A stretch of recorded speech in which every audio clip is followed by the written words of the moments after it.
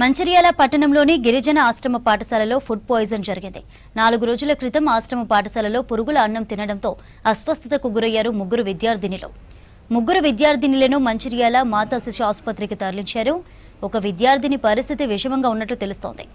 4 రోజులుగా అస్వస్థతకు గురైన విద్యార్థినిలో వారి సమాచారాన్ని తల్లిదండ్రులకు ఇవ్వలేదని ఆందోళన వ్యక్తం చేశారు. పాఠశాల సిబ్బంది వైఖరికి నిరసనగా ఆశ్రమ పాఠశాల ముందు ధర్నా చేశారు పేరెంట్స్.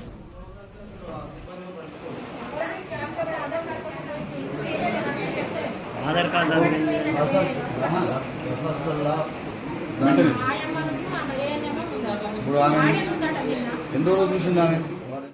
కిందట ఒక 5 days అవుతుంది. స్కూల్ నుంచి ఇక్కడ పడితే ఒక 2 days ఒక 4 days లోనే ఫీవర్ వచ్చింది.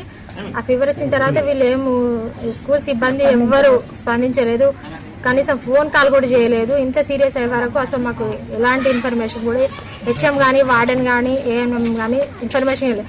నిన్న సాయంత్రం ఫోన్ చేసి బాగా ఇట్లా జ్వరం వచ్చింది అంటే నార్మల్గానే క్యాజువల్గానే మాట్లాడింది నవ్వుకుంటా. ఏం సీరియస్ లేదు కావచ్చు, మంచిగా ఉన్నది అనుకుని ఇక్కడికి వచ్చేసరికి తెలిసింది బాగా సీరియస్ అయింది, మొత్తం కింద పడిపోయింది.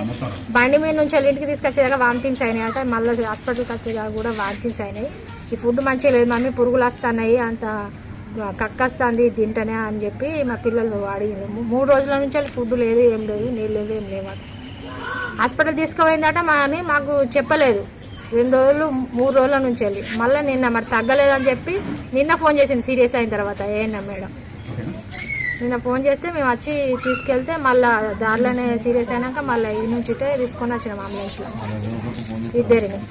ఆమె పెద్ద మేడం ఏమన్నది 2 daysలో అయితే బాగా సీరియస్ అయింది, 2 రోజులలో చనిపోయే పాపని తీసుకొచ్చింది కదా మేడం అని చెప్తుంది పెద్ద మేడం. 2 రోజుల వరకు చనిపోతుంది కదా, ఇప్పుడు ఇంత సీరియస్ అయినాక ఎందుకు తీసుకొచ్చింది అంటుంది.